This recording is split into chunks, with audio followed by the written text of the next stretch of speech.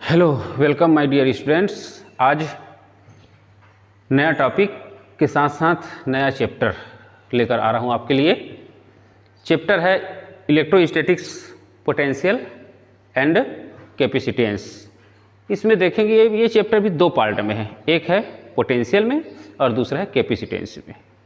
ठीक, दो पार्ट में है ये चैप्टर, उसके हिसाब से हमको काम करना है। तो पहले हम लोग लेकर इसमें चलेंगे क्या, पोटेंशियल को लेकर चलेंगे, उसके बाद कैपेसिटेंस को लेकर चलेंगे। ठीक, तो मैं पहले चैप्टर का नाम लिख दूं, उसके बाद इसमें आगे बढ़ते हैं। चलिए, ये है स्थिर विद्युत विभव, स्थिर विद्युत विभव एवं धारिता।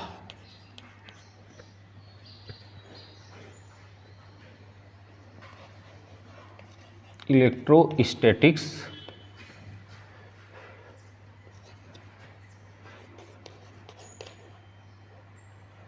Potential and capacitance.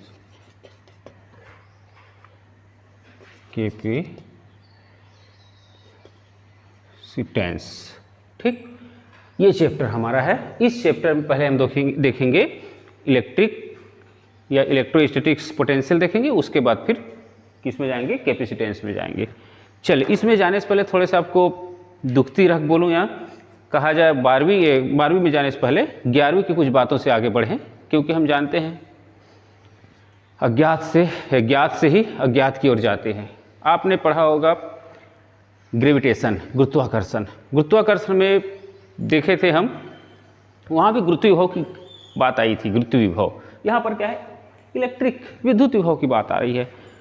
गुरुत्व विभव भी बिल्कुल सिमिलर है। उस समय भी बात आपको बताई गई थी कि 12वीं भी इसी सिमिलर आपको काम करना है करके, याद कीजिए उन चीज़ों को।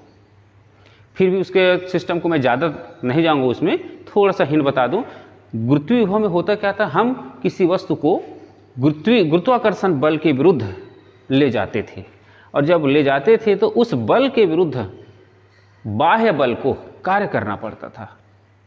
ठीक है, बाह्य बल को उस बल के विरुद्ध, गुरुत्वाकर्षण बल के विरुद्ध कार्य करना पड़ता था। याद कीजिए, पलायन वेग। ठीक, तब वही जो कार्य है उस वस्तु पर स्थितिज ऊर्जा के रूप में संचित हो जाती थी, और जब हम बाह्य बल को हटा देते हैं तब वह वस्तु मोमेंट करने लगता है, गतिशील होने लगती है, और उस समय वह जो संचित ऊर्जा रहती है वह किसमें, काइनेटिक एनर्जी या गतिज ऊर्जा में कन्वर्ट होने लगती है। लेकिन ये भी हमने सत्यापित किया होता है, याद कीजिए। मैं छोटा सा डायग्राम बना के बताऊं। ऐसे जब वह वस्तु ऊपर से गिरती है इस तरह से, तो हम यहाँ पर लिखे थे, याद करो, KE plus PE equal to नियत या कांस्टेंट mgh में आता था। सब जगह प्रत्येक बिंदु पर, इस गमन पथ के प्रत्येक बिंदु पर दोनों ऊर्जाओं का योग हमेशा कांस्टेंट या नियत ही रहता था, परिवर्तित नहीं होता था। यहाँ पर मान लो जितना रहता था दोनों का एडिशनल, यहाँ भी उतना ही, यहाँ भी उतना ही रहता था। इस आधार पर चले, ये तो हो गया गुरुत्वाकर्षण की बात। अब बात आते हैं, मतलब कार्य की माप है विभव, ये तो हमको पता चल गया, कार्य की माप होगी क्योंकि हमने इसको 11वीं में लिया हुआ है। बात आती है अब, एक इलेक्ट्रिक फील्ड हुआ है, एक कोई इलेक्ट्रिक फील्ड है, ठीक है। इसके किसी बिंदु पर Q0 आवेश को, ठीक है, हम इसके किसी बिंदु A पर मान लें, चलिए, ठीक है, Q0 आवेश को कहीं बाहर से लाते हैं, B से लाते हैं, अल्प डिस्टेंस में ला रहे हैं फिलहाल, चलिए dr डिस्टेंस में। निश्चित है यहाँ पर विद्युत क्षेत्र है, तो मालूम है विद्युत क्षेत्र की तीव्रता भी एक बल है, बल की माप है, हमने लास्ट क्लास में लिया हुआ है इसको। तो उस बल के माध्यम से यहाँ पर कार्य संपादित होगा, उस बल के विरुद्ध हम यहाँ पर कार्य करना पड़ेगा। तब उस बल के लिए जो उस बल पर के माध्यम से जो कार्य हो रही है, उस कार्य को लेकर चलें तो कहाँ से कहाँ ला रहे हैं वस्तु को, चले B से A तक ला रहे हैं। बाह्य बल के माध्यम से ला रहे हैं यहाँ पर, ठीक है। और वो बाह्य बल यहाँ पर क्या हो रहा है, विद्युत क्षेत्र के कारण लगने वाला बल है और विरुद्ध काम कर इसलिए माइनस, और कहाँ से कहाँ ला रहे हैं, बी से ए तक ला रहे हैं। और इस समय क्या होगा, Q0E इंटू डी आर, ठीक है। Q0E और डी आर होगा, यही Q0E डी आर और बी से ए तक ला रहे हैं, और यही कार्य की माप जो है उस विशेष वस्तु पर ऊर्जा के रूप में संचित हो जाती है, ठीक। इसी में आगे बढ़ेंगे। अब मान लो, चलिए इस पार्ट को मिटा दूं, उसके बाद इसमें थोड़ा सा आगे बढ़ के काम करें। चलिए इसको आगे बढ़ते हैं थोड़ा सा। हमारा जो आज का टॉपिक है उसके आधार पर, हमारा जो टॉपिक है इलेक्ट्रोस्टैटिक्स पोटेंशियल और कैपेसिटेंस, इसमें देखें अब हम लोग काम करते हैं। मैं 11वीं की बात को अब वहीं समेट देता हूँ, ठीक। इलेक्ट्रोस्टैटिक पोटेंशियल पर जाते हैं, मैं हेडिंग डाल लूँ स्थिर विद्युत विभव, ठीक है। स्थिर विद्युत विभव, इलेक्ट्रोस्टैटिक्स पोटेंशियल।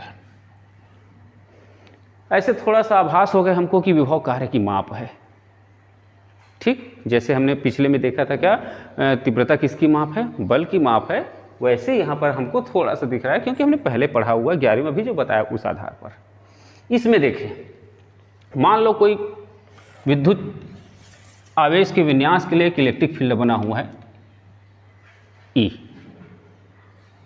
इस पर परीक्षण आवेश Q0 पर संचित ऊर्जा को, स्थितिज ऊर्जा को हम उस कार्य के माप के रूप में ऐसा लिख सकते हैं, W इक्वल टू,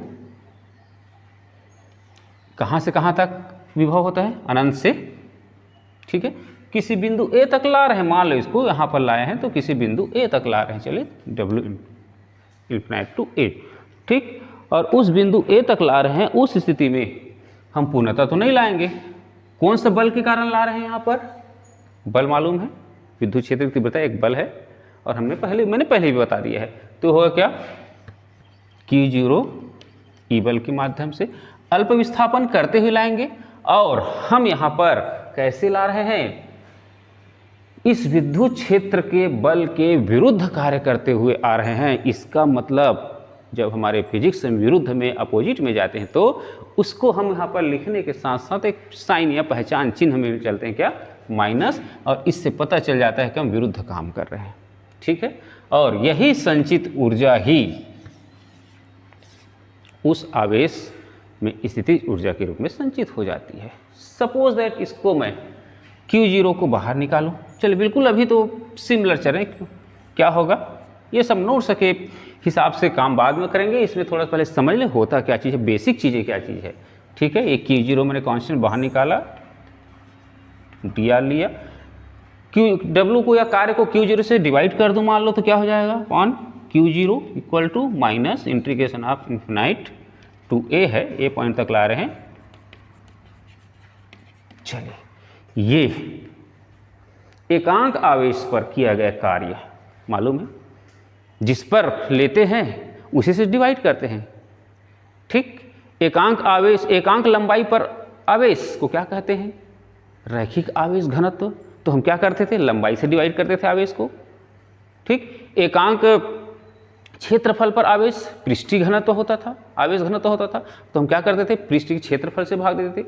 मतलब यहाँ पर देखिए एकांक आवेश पर कार्य, तो मैं क्या करूँगा, आवेश से भाग दे दिए, और यही एकांक आवेश पर जो संपादित कार्य होता है उसी को हम क्या कहते हैं, इलेक्ट्रोस्टैटिक्स विभव कहते हैं, ठीक है। मतलब क्या हुआ, कहाँ से ला रहे हैं, अनंत से ला रहे हैं। कहाँ ला रहे हैं, विद्युत क्षेत्र के किसी बिंदु पर ला रहे हैं, ठीक है। देखिए बिल्कुल अपने आप डेफिनेशन आते जाता है, ठीक है। एकांक परीक्षण धन आवेश को हम कहाँ ला रहे हैं, कहाँ से ला रहे हैं, अनंत से ला रहे हैं। कहाँ ला रहे हैं, विद्युत क्षेत्र किसी बिंदु तक ला रहे हैं, ठीक है। तब जो कार्य संपादित होता है उस कार्य को ही हम क्या कहते हैं, उस बिंदु पर मैंने A पर लाया है तो बिंदु A पर विभव कहलाएगा, यहाँ पर बिंदु B पर नहीं कहलाएगा, ठीक। मैंने उदाहरण भी दिया है, कई बार ऐसे उल्लेख भी किया है। भाई एक छोटा सा उदाहरण लेकर चल दूँ, उसके बाद आगे बढ़े। चलिए मान लो कि किसी व्यक्ति का तबीयत खराब है, उसको हम डॉक्टर के पास टेस्टिंग के लिए ले गए, फीवर है सपोज दैट, और डॉक्टर साहब उसके मुंह में थर्मामीटर डालता है, तो फीवर उसी की काउंट होगी, ना कि बाजू वाले की।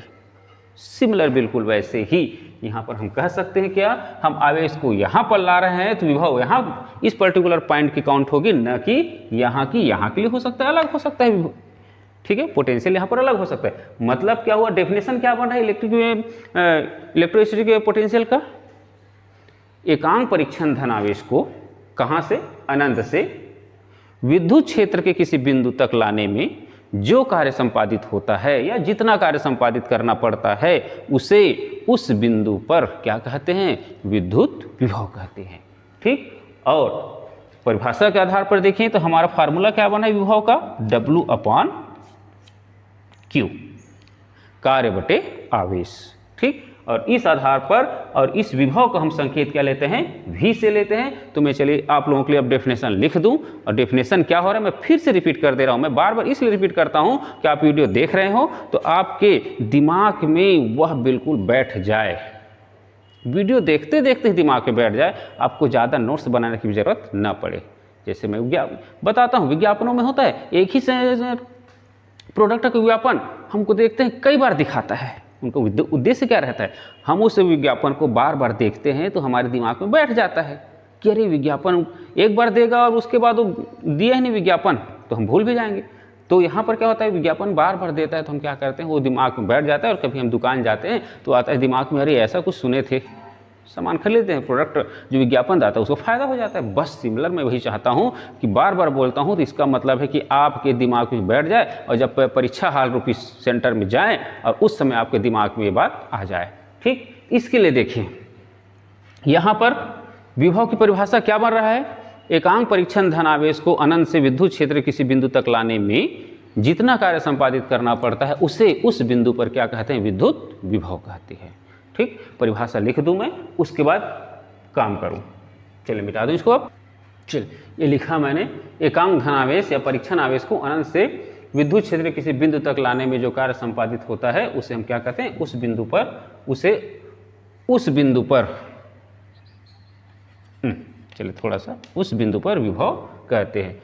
मान लो हम सपोज दैट परीक्षण आवेश Q0 को ला रहे हैं, कहाँ तक, विद्युत क्षेत्र अनंत से कहाँ तक, विद्युत क्षेत्र किसी बिंदु तक ला रहे हैं, और उस पर W कार्य संपादित होता है। तो जो हमारा काउंटिंग सूत्र आया था उस हिसाब से देखें तो विभव बराबर क्या होगा, कार्य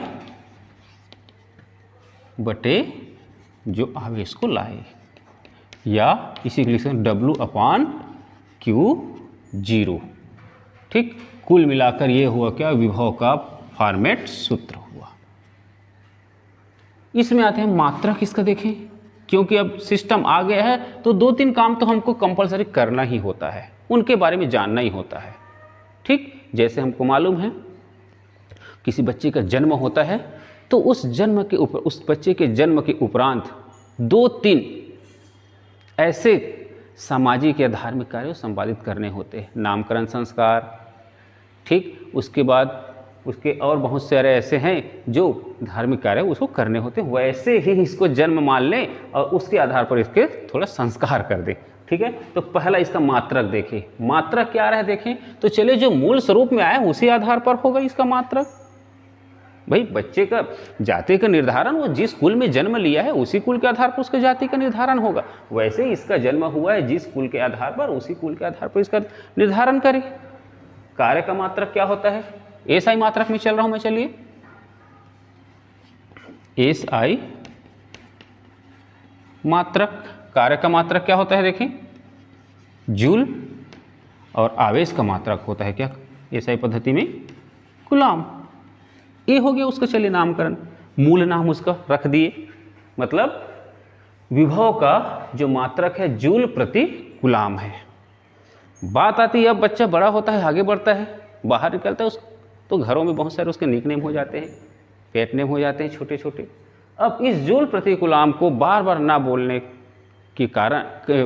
के लिए, ठीक, एक वैज्ञानिक रहे ओल्टा, उसके सम्मान में, जैसे होता है ना घरों में बच्चे का ठीक, कि उसके दादी फूफू जो भी हैं वो लोग क्या करते हैं, अपने हिसाब से नाम रख देते हैं। वैसे ही यहाँ पर इस विभव का जो मूल मात्रक है जूल प्रति कूलाम, उसको क्या कहा गया, एसआई पद्धति में ओल्ट कहा गया। और ओल्ट ही जानते हैं अब सभी लोग विभव का मात्रक। तो यहाँ पर इस जूल प्रति कूलाम को हम क्या कहते हैं, ओल्ट कहते हैं। और वैज्ञानिक ओल्टा, जिनका फिजिक्स के क्षेत्र में बहुत योगदान रहा, उनके सम्मान में इस विभव का मात्रक रखा गया क्या, ओल्ट। मतलब अब हम जान गए विभव का एसआई मात्रक क्या है, ओल्ट है। ठीक, बेसिकली जाएंगे तो एसआई मात्रक क्या है उसका, जूल प्रति कूलाम है। लेकिन अब व्यवहारिक रूप में चलते हैं तो क्या हो जाएगा, इसका मात्रक ओल्ट होगा एसआई पद्धति में। चले, हो गया मात्रक की बातें हो गई। मैंने कहा था जोड़ के रखा था, मैं उदाहरण देकर ही चलूँगा, हमारे आसपास के उदाहरण से ही चलूँगा। अब बात आती है ये स्केलर है, वेक्टर है, कौन सी राशि है ये। ठीक, तो देखिए इसमें स्केलर है कि वेक्टर है, तो फिर वही मैं कुल की बात करूँ। कार्य कौन सी राशि है, अदिश राशि है। आवेश कौन सी राशि है, अदिश राशि है। तो निश्चित है विभव भी क्या राशि होगी, अदिश राशि होगी। तो कौन सी राशि हुआ ये, अदिश राशि है।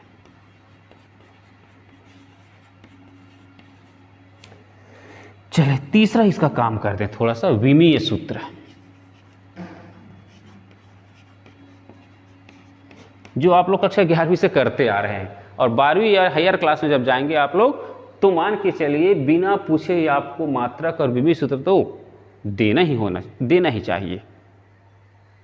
इससे सजता है प्रश्न, सिस्टम सजते हैं अच्छे से। तो इसमें देखिए विमीय सूत्र, तो मैं यहाँ पर डायरेक्ट लिखने के बजाय क्या करूँ, आपके लिए थोड़ा सा काउंटिंग करके बताऊँ।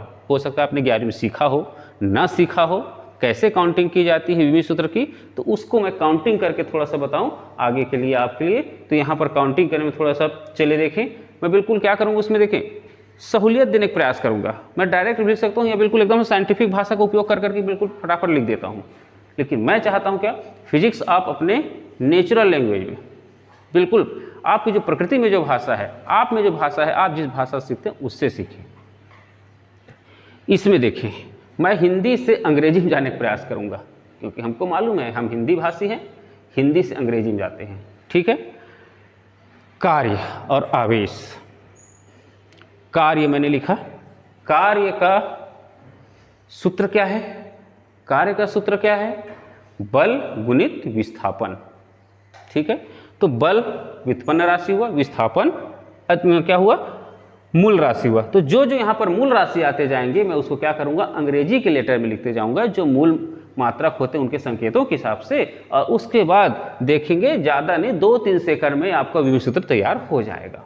कार्य बराबर बल गुणित विस्थापन। तो मैंने क्या किया, बल को अपने दिमाग में रखा, विस्थापन को एल कर दिया। ठीक, बटे है चल रहा है। आवेश बराबर क्या होता है, धारा गुणित समय। धारा भी मूल राशि है, समय भी मूल राशि है, तो धारा और गुणित समय लिख दिया। अब बात है क्या बचा हमारे पास, बल बचा है। बल बराबर क्या होता है, द्रव्यमान गुणित त्वरण। त्वरण व्युत्पन्न राशि, उसको दिमाग में रखें, द्रव्यमान का लिख दें यहां पर।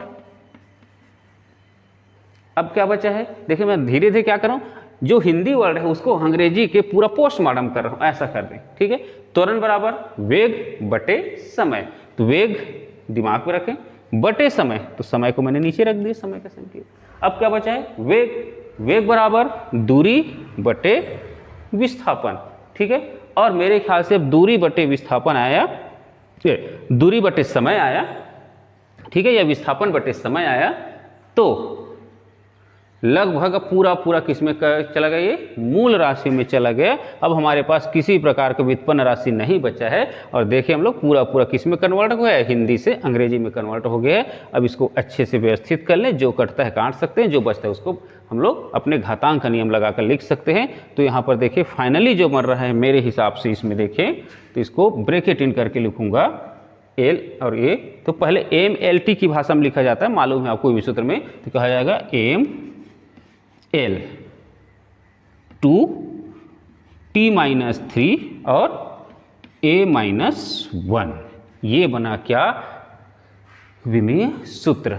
चले अब आप लोगों के लिए इसको मैं मिटा देता हूं सिखाने की परिपाटी का, और सीधा फाइनल लिख देता हूं क्या यहाँ पर, ऐसा बनता है।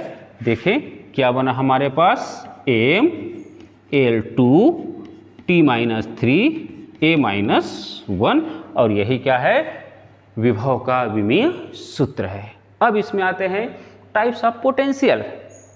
ठीक है, विभव के प्रकार। विभव दो प्रकार के होंगे। देखिए कैसे, इसको चलिए थोड़ा सा मिटा दूं, उसके बाद इसमें थोड़ा सा क्लियरेंस कर दूं, फिर आपके लिए कोर्स क्या बोलते हैं उसको, नोट से लिख भी दूंगा। चलिए देखें, विभव में टाइप्स ऑफ पोटेंशियल। विभव दो प्रकार के, हमारे पास चार्ज दो प्रकार के हैं, प्लस चार्ज है और माइनस चार्ज है। यहां लाएंगे उसके हिसाब से, यहां लाएंगे उसके हिसाब से। ठीक, अनंत से आवेश को ला रहे हैं उसके हिसाब से यहाँ पर विभव काउंटिंग होगी, अनंत से आवेश को यहाँ ला रहे हैं माइनस चार्ज के फील्ड में, उसके हिसाब से विभव की काउंटिंग होगी। और उस आधार पर देखें, जब धनात्मक आवेश के कारण जो इलेक्ट्रिक फील्ड बना है, वहां पर यदि परीक्षण आवेश को लाते हैं तो वहां पर जो कार्य की गणना होती है, और उस कार्य को हम क्या कहते हैं, धनात्मक विभव में काउंटिंग करते हैं।